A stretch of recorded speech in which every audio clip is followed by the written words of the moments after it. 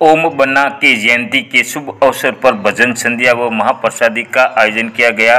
पाली road क्षेत्र के छोटला ठाकुर महान पराक्रम सिंह जी के सानिध्य में ओम बन्ना की जयंती धूमधाम से मनाई गई। दिन भर भजन संध्या का कार्यक्रम चलता रहा व ओम बन्ना की जयंती के शुभ अवसर पर महाप्रसादी का आयोजन किया गया।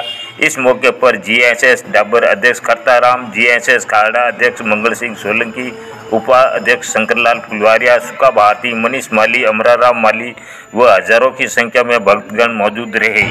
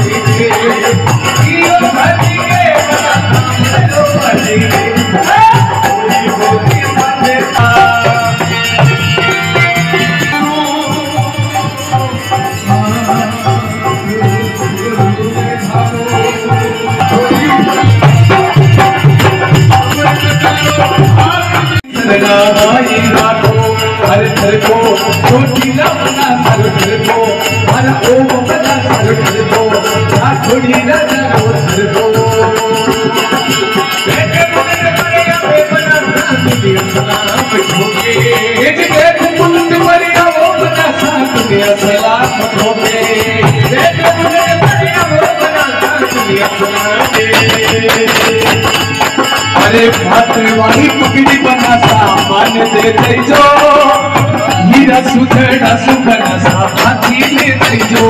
अरे भातवाही पकड़ी बना सामान हीरा सुधड़ा साथी ले जो।